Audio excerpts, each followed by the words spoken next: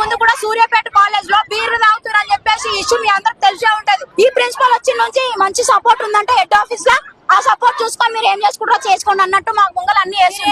సూర్యాపేటలో బీర్లు తాగిన ప్రిన్సిపల్ శైలజ మాకొద్దు, ఆమెను తీసుకొచ్చి మా నెత్తిన పెట్టిండ్రు అని కాంగ్రెస్ ప్రభుత్వంపై ఆగ్రహం వ్యక్తం చేస్తున్నారు గురుకుల విద్యార్థులు. ఈ కాంగ్రెస్ ప్రభుత్వం వచ్చినప్పటి నుంచే మాకు ఈ గురుకులాల పాఠశాలలకు దరిద్రం పట్టింది, మా చదువులు అధ్వానంగా మారాయి, ఈ కాంగ్రెస్ ప్రభుత్వ దాష్టికమే ఇదని చెప్తున్నారు పసిపిల్లలు కూడా, అంటే స్కూల్ విద్యార్థినులు కూడా. సూర్యాపేట బాలెంల గురుకుల పాఠశాలలో ప్రిన్సిపల్ శైలజ బీర్లు తాగింది, ఆమెను అక్కడి నుంచి మా గురుకుల పాఠశాలకు ట్రాన్స్ఫర్ చేసిండ్రు. విద్యను నేర్పించే ఉపాధ్యాయులు గాని ప్రిన్సిపల్స్ గాని ఇలాంటి అభియోగాలు వచ్చినప్పుడు వాళ్ళని సస్పెండ్ చేయాలి, ట్రాన్స్ఫర్ చేస్తే సరిపోద్దా? పైగా ఆమె చెప్తుందట నాకు అధికారుల నుంచి సపోర్ట్ ఉంది అని చెప్పి నోటికి వచ్చినట్టు మాట్లాడుతుందట. పరీక్ష ఫీజులు అంటూ 10,000 తీసుకుంటోందట. కిచెన్ లో ఉన్న సామాన్లను ఎత్తకపోతుందట. నన్ను ఎవరు ఏం చేయలేరు, నన్ను ఏమైనా చేయాలనుకుంటే నా ప్రతాపం ఏంటో చూపిస్తా అని మాట్లాడుతుందట.